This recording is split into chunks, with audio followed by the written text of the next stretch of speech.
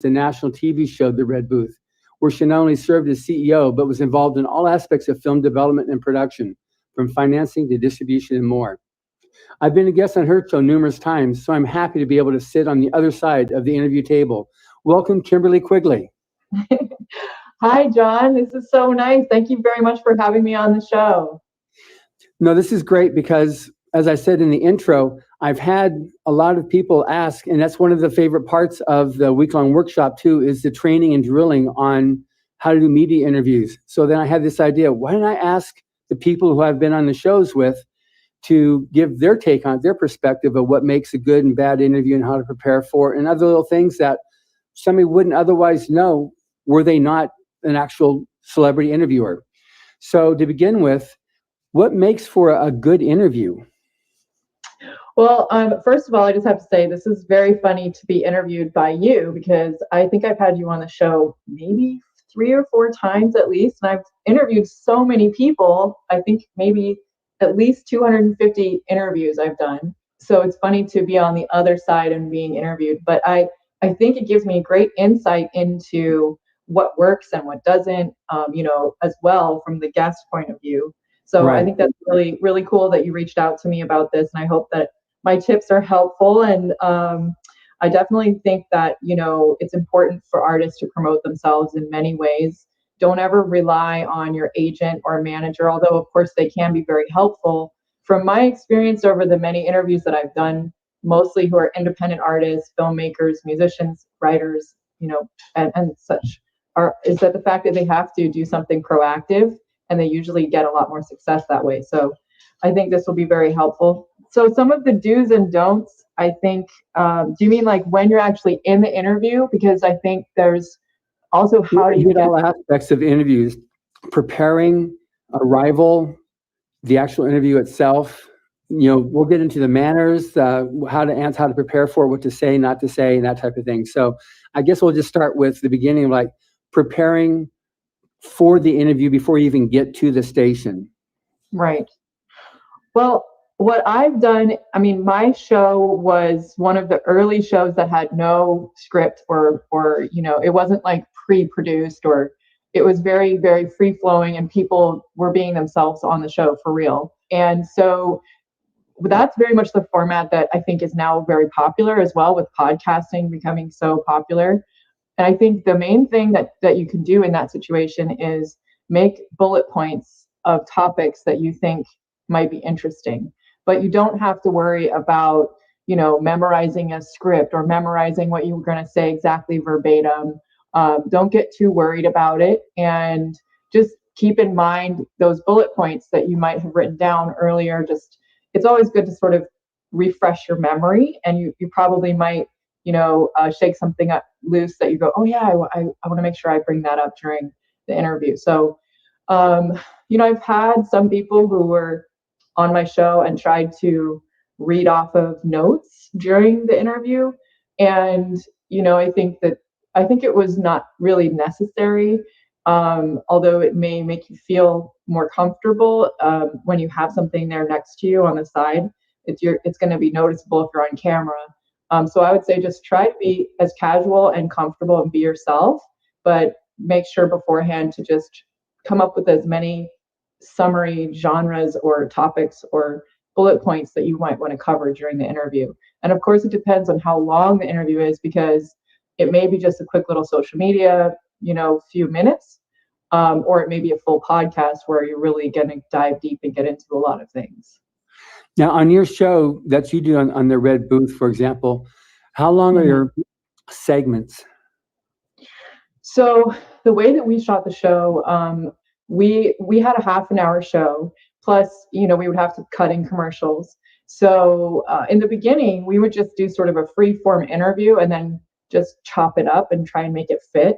But that was a little bit of a difficult editing job. And it just also, I think, ended up having like lots of leftovers, and then we would have special features. And so what we ended up doing instead is we just had 6 minutes of the show and then 2 minutes of commercials, and then 6 minutes of the show and 2 minutes of commercials. And that's a pretty standard format, but we shot it actually to fit the format. So I would try to, I would get a notice from somebody, behind the scenes waving me to wrap it up, and then we would actually cut, which is, I think, not always the way that, the TV shows do it. They might, unless they're live, then they'll do that. But we sort of were like a live show in that way, but, then we would have editing afterwards. And I think that's also another factor that should make you feel comfortable if you are doing a pre-recorded show and then they're going to edit it and put it out, which, sometimes makes people happy because they can take out certain things. One agreement that I always had with my guests is that if there was something that came up in the interview that they didn't want me to keep in the show, I would take it out. Because sometimes people just end up, getting into something and then realizing later, oh, that's not something I should talk about, or whatever it is. And then they, I always was very respectful to my guests. And I think that it's important to be, on a platform and with an interviewer that you feel comfortable with and safe with, and it'll go so much better in that case. Yeah. Now, when that brings up a good point, because there's different types of media. With Writers of the Future, we pretty much only book, or not pretty much, we only book our winners on safe or allied media. We won't book them on like Morning Drive, which sometimes can get pretty intense. That's radio. But Right. Also some of the big national, they go for the controversy. That's the main hook that they go on. Everything has got to have some type of point of controversy. We don't go for those media specifically because we don't have the well-trained political spokesperson or somebody who's done a lot of drilling, and so they can handle those types of things. So we make sure it's like that. But on doing TV, it's live, and you've got anywhere from a minute and a half to 3 minutes. 3 minutes is if they really like you and you're just doing, you're hitting out of the park. Yeah. So on that, I think it's, it is important that a person realize that on live TV, there is no take backs. Can we go back 30 seconds? It's, what you Yeah, say is what's especially like there. on red carpets and special social events, that's going to happen too. There's just, it's live. You've got those few 30 seconds to say whatever, and the good thing about those situations is usually you're not going to have a confrontational or adversarial interviewer on those type of, events, red carpets and things like that. So like at the Rise of the Future red carpet events, which you cover, those are different types, because those are the short sound bites. Those are like the 30 seconds, 60 seconds that you're going to get, because you've got to squeeze the 24 winners, the 25, 30 judges, whatever celebrities into your piece. And it's so they can't go on and on and on, because if you're going to cover everybody, and then of course you've got my 10 minutes worth, you're going to have to make it so that you can just get the sound bites. So that leads me to the next question on sound bites. So you do the longer format stuff, that's more like the very comfortable chatting, but when you get into the red carpet or on news media, sound bites is really important. How much is sound bites an important factor for you as well?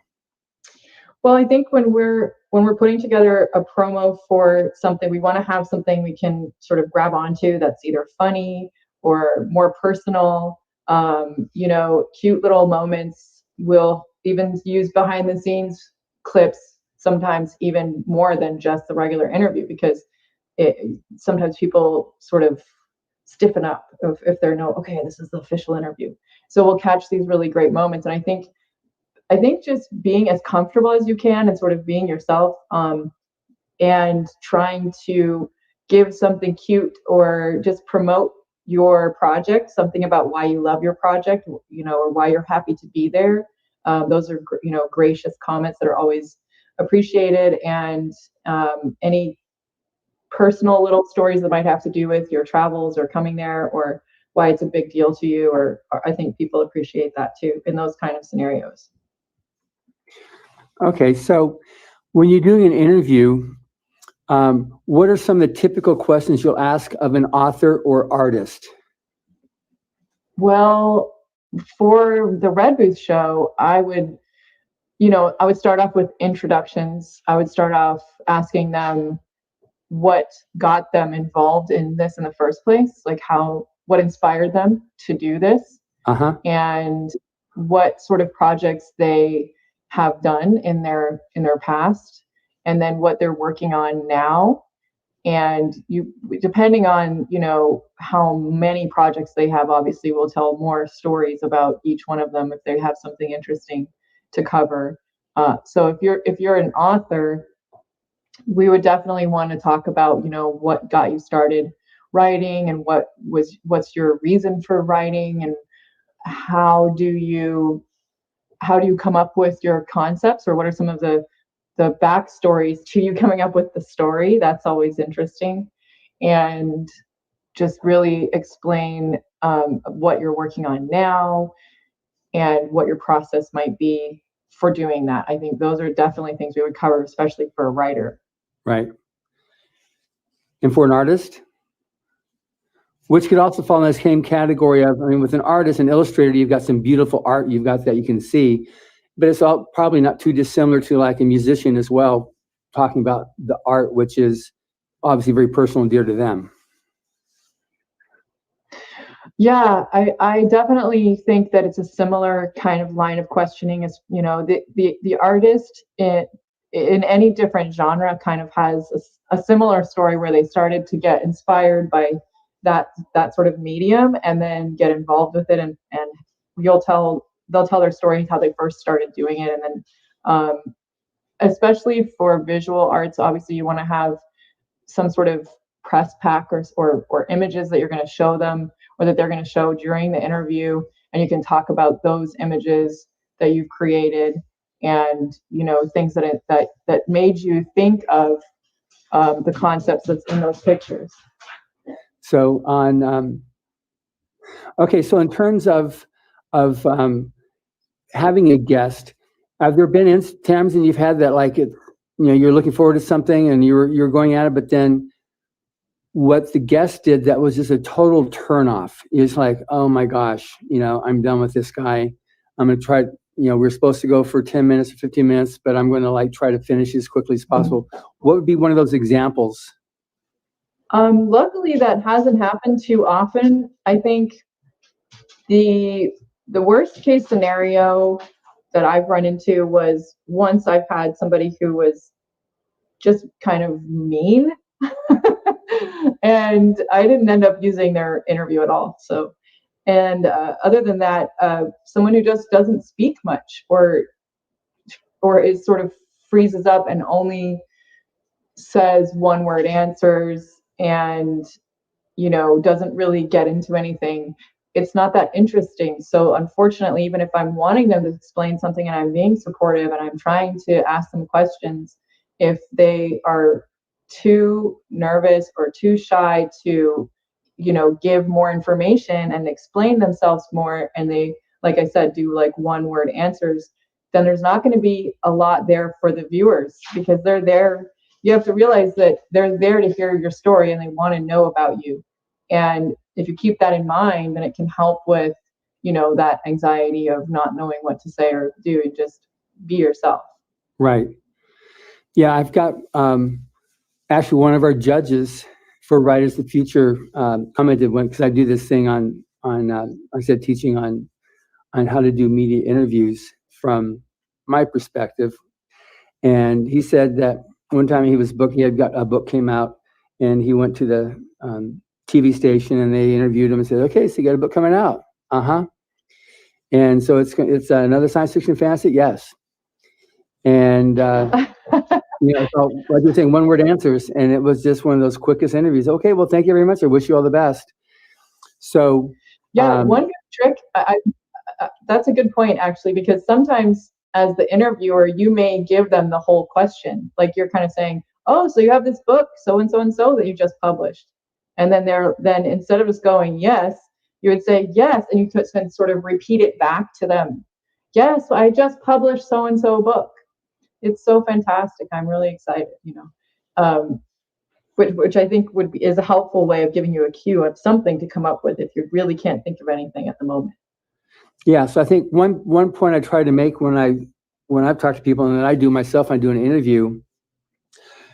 I mean, I will take and I'll run with the first question I'm given, and I can do a 2 or 3 minute answer on a question, just covering everything. And just, what I take it as is, I know in advance the basic general questions that are going to be asked, because that's part of the pitch that gets sent to the host.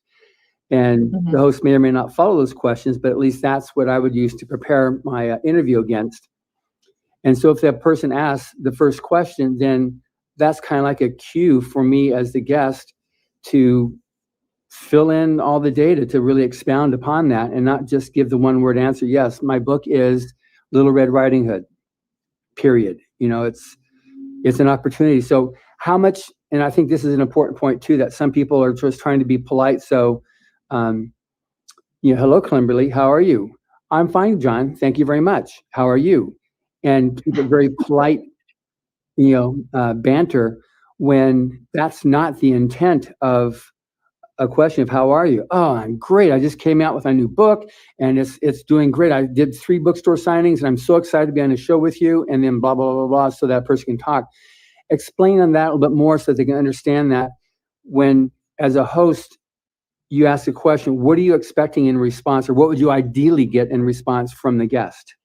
That's a good point. I mean, definitely people can just try to follow the normal manners of a conversation, whereas we are, of course, you do want to keep your manners in, but this is something that you're trying to get the story out of the person about what they're doing, their emotions about it, their feelings about it. All of those things are valuable to the host and the viewers.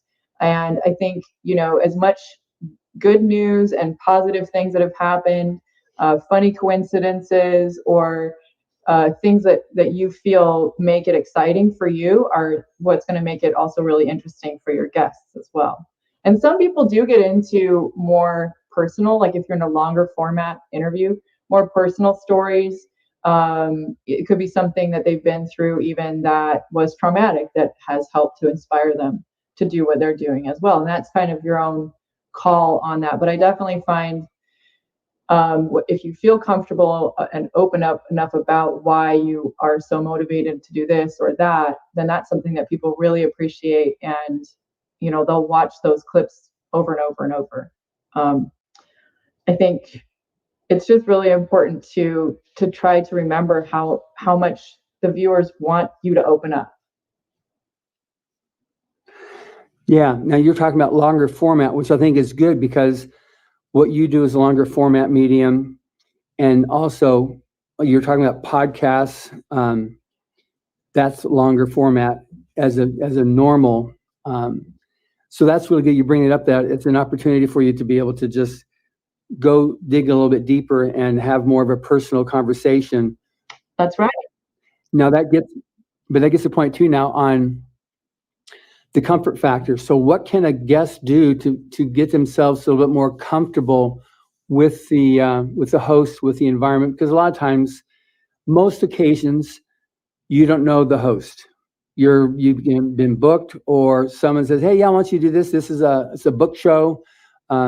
Even with yourself on the red booth, here you are on the red booth, and it's not been a problem for me. But when I've had my winners on the show with you, I've tended to come with them to make sure that they felt really comfortable. And once they got to know you, then it worked out really good. But it's what are some of the successful things that a person can do? I don't want to call them tricks, but what are some of the things that a person can do to help put them at ease and make for a better show?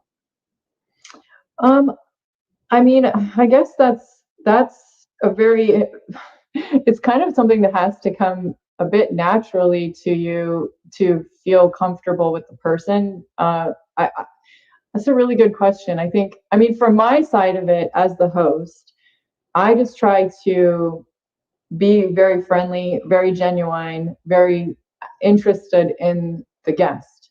And I think that if you have an interviewer that is truly interested in your story and what you have to say, which I guess you can try to make sure you pick shows that you think are really relevant and that would help ensure that the host is genuinely interested in what you're doing. And that puts you in a better, conversational point with them, and you're going to feel more encouraged.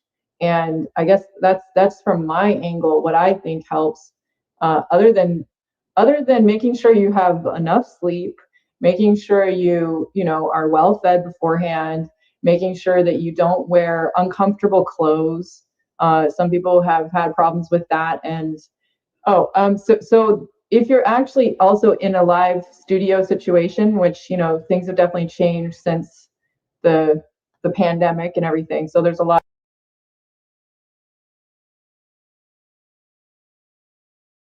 more web interviews going on. But if you're in a live studio, there's things that you should make sure, like you have your microphone in a good position. They're going to set that up for you. And I had thought of some notes on that, where don't turn your head a lot of different directions when you're talking, because it'll sound different on the microphone. Like sometimes if someone looks downwards and they're talking, then it will be really loud because the mic's right there. So those are just some little tips that I think are important for just being on set and being present and able to deliver a good interview. Okay. One thing that I've always tried to do is to arrive early. They say be there 15 minutes in advance. I'll try to be there half hour in advance and hopefully get to meet the host and chat with him and find out.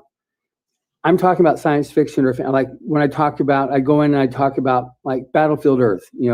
That's the book by Elmore and Hubbard, and it was written in 1982, and we're just re-releasing it now. And I find out if they're even following science fiction, if they're a fan of science fiction, if they've heard of Battlefield Earth, or if they've heard of the author or Writers of the Future. Yes, we've just published Writers of the Future, science fiction and fantasy, and I would go and try to find out if the host was familiar with science fiction and fantasy to be able to build up a bit of a feeling of comfort with that host, or that they felt comfortable with me. Because I also know if they have an aversion to science fiction, thinking that it's like a sub genre, it's a sub form of writing, then they're not going to be very gracious as a host. But if they really love it, I love Dune. Oh, Dune I rocks. love Dune too. Then you can.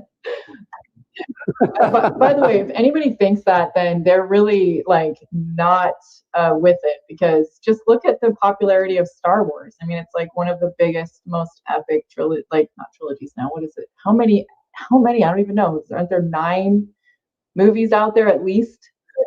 Well, it's 9 over. Yeah, 9 was what it was supposed to be. I think it just finished number 9. Yeah, it was the last. Yeah, one. I mean, it's one of the most popular genres, actually. Yeah, but that's a good point, getting to speak to them beforehand.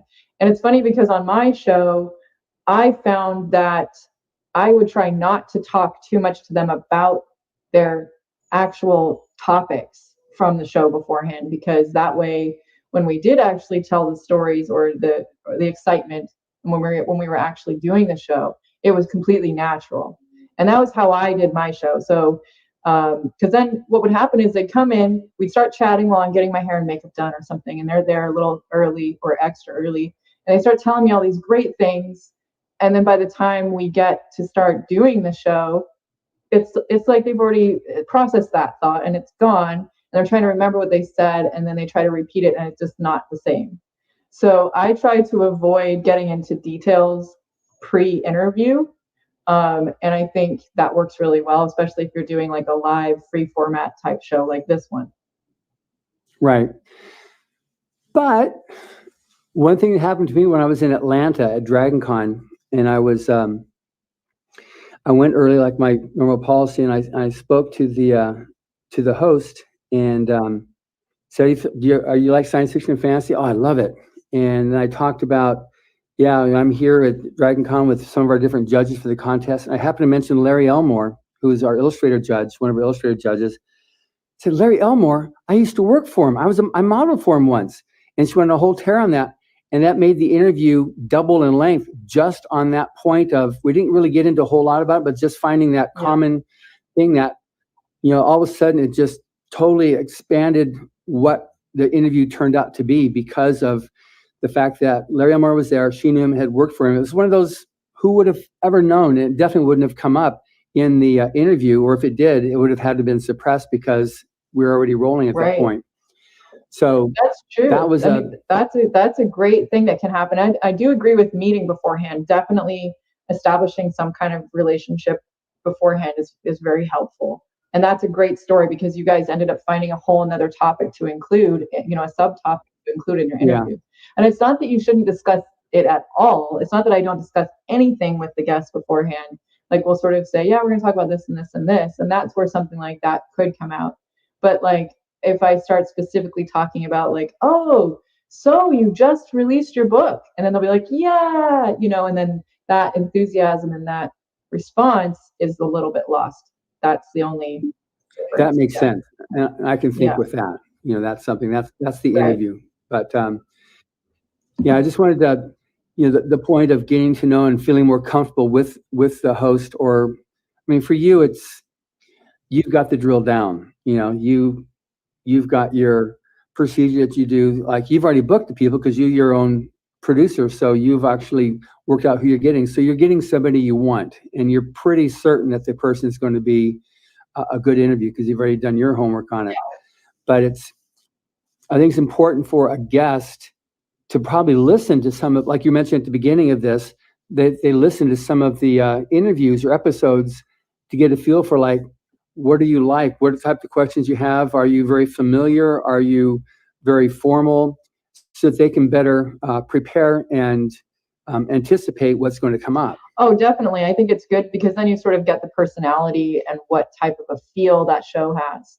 And definitely a good homework point. And, when I'm looking for guests, that's another thing that I wanted to mention is that if you have something out there that's something new that's happening, it's really good idea to, sorry, I don't know if this is a good segue, but I just wanted to mention, it's a really good idea to put out some sort of press release and get it published and get it put out on as many, there's Newswire and there's a few other things that will get it picked up on different websites and blogs. And that helps you to get chosen for interviews too, when people are looking for people related to that topic.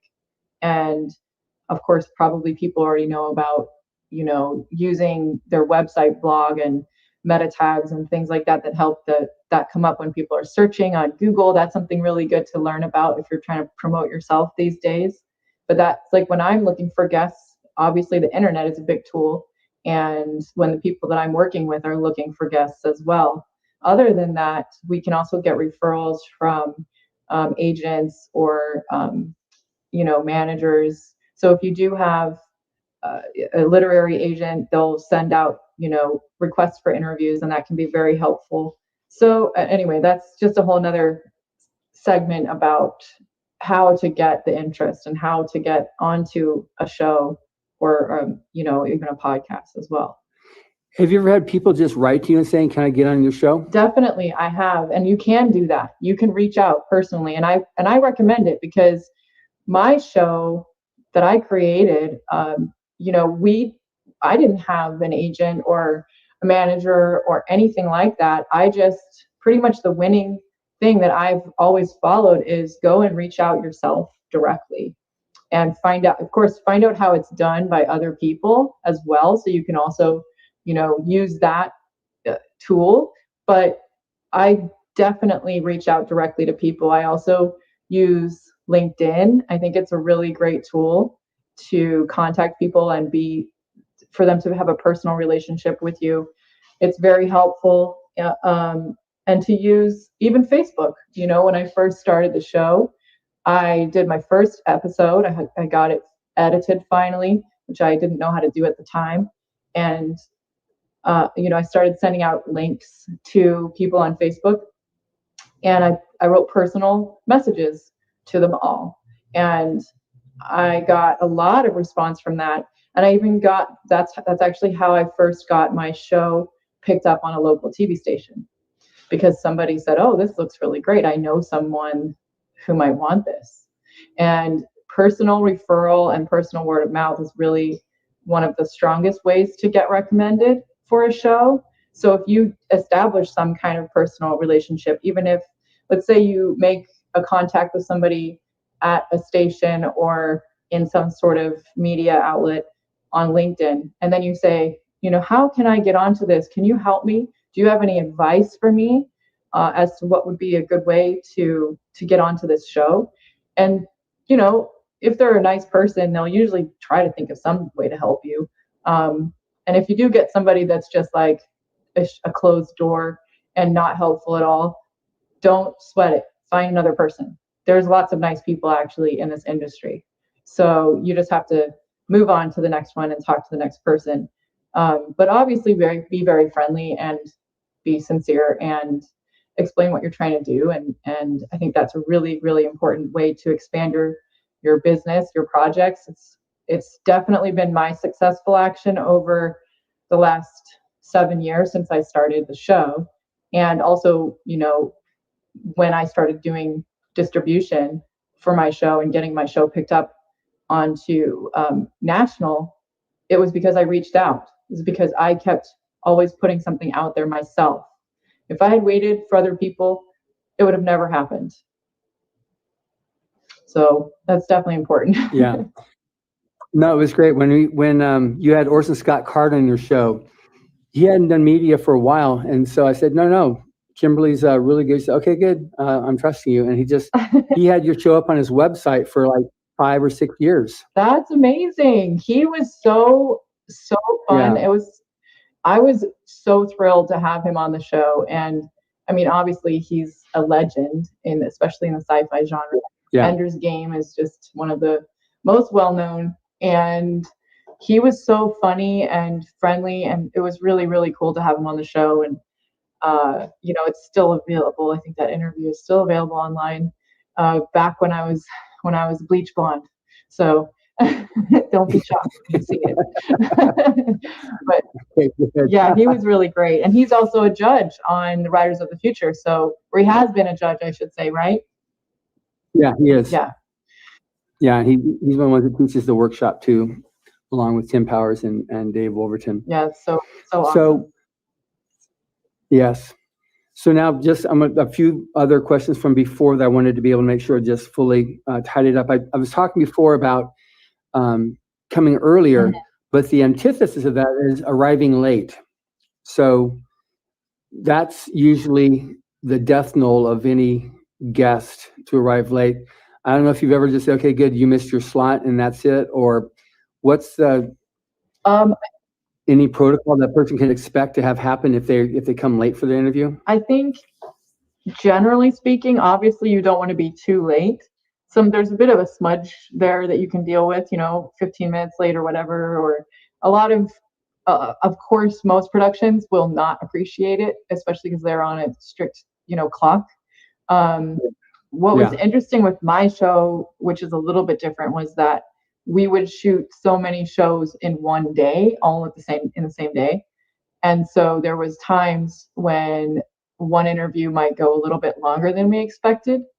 And so I always tried to leave a lot of space in between just in case. But if they were extra early, give or take, we just made sure we had food around and that they were comfortable. But I think 15 minutes early is a good, safe bet for, any time when you have to actually show up somewhere. And, even if you wanted to go half an hour early, just in case, if you have some sort of script they're going to give you. I mean, on our show, we didn't have scripts. But if they do, and you want to feel more comfortable, you want to go over it with somebody there, then that's always a good idea too. But I think generally right now, most interviews are being done online. Even, the big shows, big talk shows even, are not even shooting them in set right now. So in that case, you definitely be on time. Hopefully that's going to change. I hope so too. Yeah, I really hope so too. But here, like even here in Los Angeles, traffic can be absolutely horrific sometimes. You can have an accident and it jams it up, and all of a sudden now you just lost a half an hour because of a traffic jam. Oh yeah, that's very common, unfortunately. So proper manners would be to call in or to call you, or just so that people can know, because those things happen. You all of a sudden you find out that then Yeah, I think sending a text ahead of time if you feel like something's going to cause a delay, that's a very good courtesy, and that's always helpful for everybody just to coordinate. That's a very good point, and that's at least one good thing about doing lots of online interviews these days is you don't have to deal with the traffic as much. But Yeah, yeah, for very true. sure. Very true. Okay. Now, another area I was going to ask about that I didn't touch on was on attire, dress, and makeup. So let's first of all, you made a comment earlier about being in uncomfortable clothes. So what are appropriate clothes to wear? And I don't mean like necessarily a suit versus just a pullover sweatshirt, Mhm. but we can talk about that too. But also in terms of color and patterns, because there's mores as it used to be a big factor on television, at least, where you get those funny squiggle lines that show up because of certain patterns on the shirt. So That's true. cover a little bit Yeah. about the dress, like what's appropriate, what's good, what's actually not good. And I know there's what is cool and quote unquote fashionable in the junky looking. What's the actual proper protocol? Well, okay, so I know this is a question you were going to ask me, so I kind of actually came up with a few things. One of them is obviously patterns are not as friendly for television, mainly if it's really tight lines. So if you have stripes that are really close together, or if you have plaid, it's not going to it's going to look really weird no matter what you do. It doesn't work. So most of the shows do have some sort of a stylist person that'll probably say, hey, you need a change and we've got something for you right here, depending on what level of show you're on. But I also recommend using a stylist, which I know can sound fancy and unnecessary, but there are tons of resources that stylists have, and they can do a quick consultation with you before you go on a show and be like, they'll do a Zoom even, or they'll do a FaceTime with you and help you pick out something that's very flattering for your shape at that time. And I think maybe people don't always keep track of their weight gain and loss, and their clothes may or may not fit in the same way. And having well-fitting clothes really makes a huge difference. So it's a good thing to check on that. And definitely more solid colors. I mean, I had a pinup show, so we wore a lot of more loud sort of clothing and dresses that had patterns on them. But to be honest, my favorite shows were the ones, and I think that they were more appealing aesthetically, where there was more solid colors. So I think that's the same, for you as a guest, is to make sure that you don't have those type of patterns. Your clothes are well fitting. You can find a cheap stylist consultant. I shouldn't say cheap, because I'm not trying to cheapen them. They're very valuable, but I mean, it doesn't have to cost an arm and a leg. Inexpensive. Yeah, it doesn't have to cost an arm and a leg to get a stylist consultation. And sometimes they'll even have great resources for clothes to help you go shopping ahead of time, which is even better. And it might be things you would never think of. So, as a professional and as an artist, putting your best foot forward when you're on camera, I think, is really important. But then again, there's also the very casual podcast shows, which I think you have to sort of get a feel for in advance. Like, if they're always wearing hoodies and baseball hats on that show, and you show up dressed up with a suit and everything, it's not going to fit. So you want to sort of see the style of the show as well, and then you'll Right. It won't contrast so much. Okay, now thank you on that. In terms of colors, and so even if a person says, okay, I got it, but I'm not going to do a stylist. I just can't deal with that. Just in terms of straight colors, then, like if you're fair skin, if you're medium tone or dark tone, any particular, like, okay, if you look like a slug, you're so white, you're pasty, then don't wear white shirts. Don't wear super light clothes, because it's just going to accentuate the lack of color. That's true. That You type of stuff. can look washed out. There's another thing that you can do just as a general thing, which is to have your colors done, which I know sounds funny, but my mom was actually in the modeling world when she was younger, and that was very big back then, and it still actually applies today to have complementary colors for your skin tone.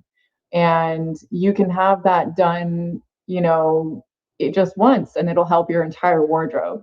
So that's one thing to definitely keep in mind. And you can even Google it, and you can look up, color wheels and complementary tones and things like that. I would say try to avoid really bright neon colors, and that's probably the most helpful tip I can give with using a color wheel or a colorist to do your colors. Okay.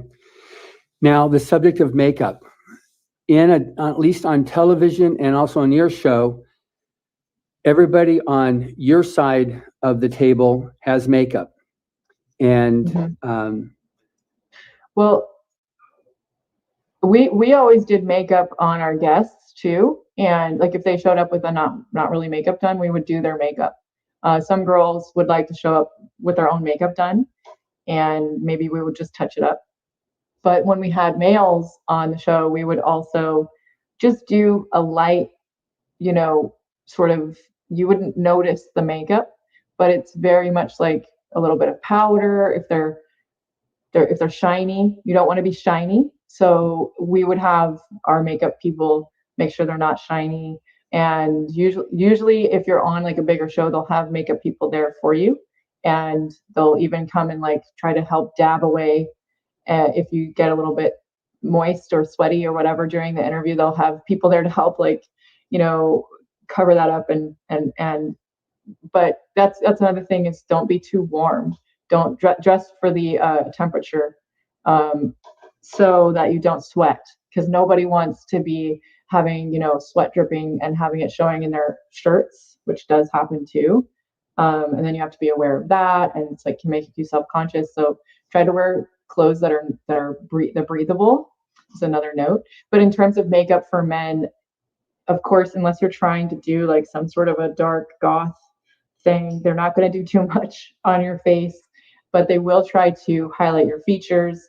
They will definitely cover stuff up if you have a blemish. And they'll even put maybe some colored chapstick on for men. I've seen that before. And just give you a little bit more shape, because you're going to have bright lights on you, and especially if it's on a big set, that washes out your facial features.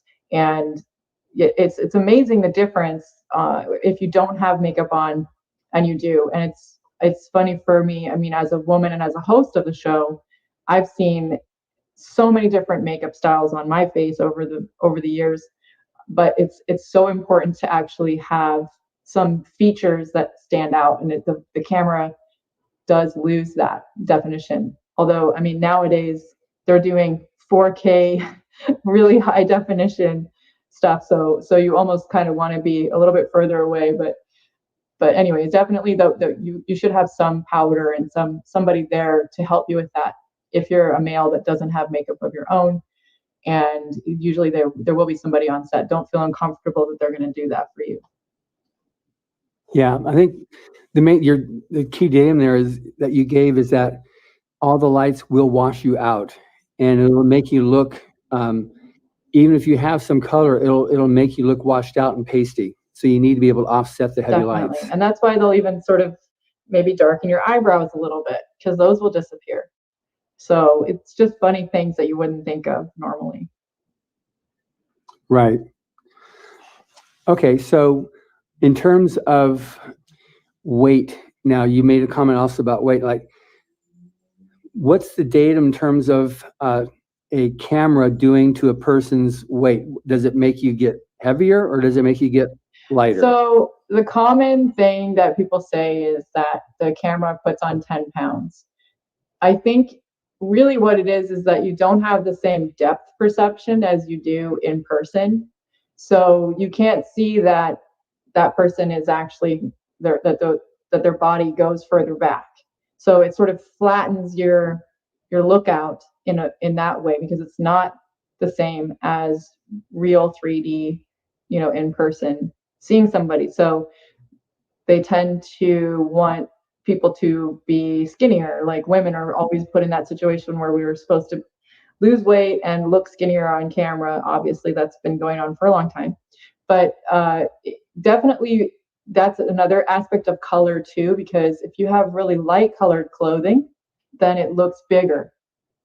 So you have to balance that out too. If you have, something that's a bit darker, it's gonna help slenderize you on camera. But other than that, I would say go to the gym and work out. Definitely a good idea. Yeah. Okay. So we've covered a lot of things here, and I'm just curious. Like, are there any questions that I didn't ask you, because it's such a broad-reaching subject? Doing media interviews, preparing for them. Is it good for a person to be able to drill with somebody else, just to pretend like, okay, you're the host and I'm the guest, just drill asking questions, or anything like that in terms of preparing, getting ready for a show? I think like if you've never done an interview before, then yes, you should try that. You should try just practicing with some friends and start to get the feel for it. If you're nervous and you've never done one before, I'm sure that would be very, very helpful. Um, I think that the main thing is with the free format that we have today with podcasts, just make a lot of mental notes, go through the things that you would want to bring up, make just bullet point notes about what you want to make sure you talk about, and just be comfortable and be yourself. Those are really, really important. And you can practice and you can say things, but once you're there, it's just going to be a matter of realizing that they want to know about you. They want to hear what you have to say. They want to hear your story. So go ahead and tell it. Okay, good. Now, the other points that you had, that oh, I'm waiting for you to ask me this question that I didn't ask you yet. Well, in you mean for today's interview, I did want to mention something, because over the years, as I learned how to distribute my show, I ended up also wanting to help other people distribute their shows and movies as well. And so I got into distribution. And because I also used to work on developing shows, I also saw things from the other side where you're receiving projects. And I just thought it might be a good thing to mention that too, because not only, can I give a little bit of advice on what it's like to be a guest on a show, I also wanted to mention, I'm sure that a lot of writers and authors want to have their stories picked up and made into a movie. I mean, not all of them do, but some people really want that, and they may not know how to do that. And I've actually had a few writers recently that I've been in touch with where I'm like, this is a really great story. We should send it to Netflix. Let's put it together, or whatever, And there's a few things that I think every author should have when they want to pitch it or want to get it picked up as a movie. And I just wanted to mention those really quick, which is that you should have a treatment. Please do, yes. Okay. Cool. So there should be a treatment, which would be, let's say you have a finished book, and you have 20 chapters. So you have a log line, which is like a one sentence description. Then you have a synopsis, which you've seen obviously on the back of books and things. It's like a paragraph or two, a description of the story. And then you have the full treatment, which is a description of the book, usually chapter by chapter, explaining the storyline. And you want to keep it kind of short. If it's too long, they may not read the whole thing, but just, maybe one paragraph per chapter. And then also put a cast list, put your main character list. So, and put like their age range and basic description. So that way it can be more easily set. They can think with it on casting. Like, oh, it's got somebody that's a male that's between 40 and 50, and he's Caucasian. Okay, well, that could be, whoever that they might think of as a filmmaker. And those things just help it transition from a book to a movie project. So that's something that I think anybody should have prepared for their finished books. There's a few resources too that I wanted to mention for pitching. One thing too is to remember to copyright, whether you want to do it the quick and easy way of mailing it to yourself. That's always been something people say you can do, but I recommend actually filing a copyright online, which you can do. It's not hard at all. So you should copyright your script. You should copyright the story, the treatment, all of it. Just file it together, and then when you send it out, don't just send it out like randomly to all these studios, because they'll all have a policy that says we do not accept unsolicited scripts, and they'll still keep it anyway. In fact, this happened to me. I sent out a script that had to do with Martin Luther King, and it was a story about what was happening in the town, and it was based on somebody's real life experiences in the military during that period of time. And I was like, this is such a great movie. We've got to get this made. And I sent it to like everyone under the sun, moon, and stars. And most of them sent them all back. But one of them that I called as well, because I was very persistent on this one studio that I thought would be a good fit, said to me, oh, we don't make movies. We just do this type of shows. And then they ended up making a movie almost exactly like the one that I sent them. So just remember that when you're sending it, don't send it out just everywhere and spam everybody with your story, because it's unfortunately easy for them, if they really like it and they don't want to deal with you or pay you, to take it and sort of alter it a little bit. So that's why I would say it's really good to have a lawyer. Even if you just have someone in your back pocket as a lawyer, send it from a lawyer. That way they are a little bit more like, oh, we need to play by the books on this, and make sure that you get interest beforehand, establish who it is that you're working with, who it is that you're sending your pitch to. There's also services like Inktip, which is really good. They put out requests. They're like, we're looking for this kind of movie. We're looking for this genre. We're looking for, something that features young women who are strong, or whatever it is. They'll put something out, and if you get their updates, you can always submit through Inktip. Another one is InfoList, which you can definitely get a lot of requests for different movie projects. And I think the studios all use those as well. And a lot of the executives that are in creative will use both of these resources to help find scripts, because they're always looking for the next great story. And a lot of people, I think, tend to want to create something that's based on a novel or an existing story that's doing well, like existing book series that's doing well. That's going to give them even more impetus to want to use that and make it into a movie, because I think they're going to make more box office sales because it has more of a fan base. So if you do have books like that, if you do have series that's out like that, that's very important to push that and say, these are the books that we've published, and just give statistics on your fan base if you can. So I guess those are just some of the points that I wanted to mention when it comes to trying to get your stories made into TV and film. That's great. Thank you very much for that. As this is the Rise and Illustrations of the Future podcast, we do this to be able to provide that extra, I guess, leg up for the aspiring writer and artist to get there at this point, to be able to get themselves well known and well thought of as a writer or an artist.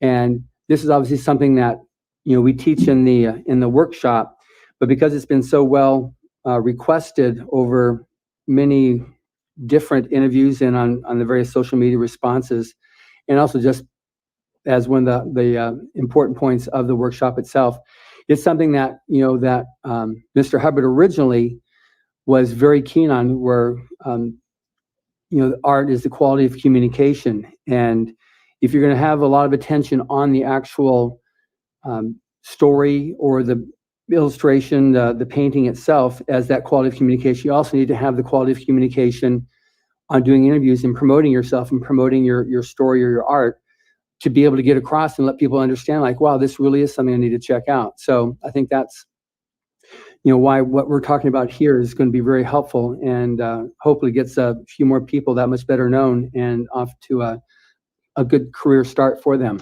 I think that's a great helpful thing that you're giving all of these authors and artists as a tool.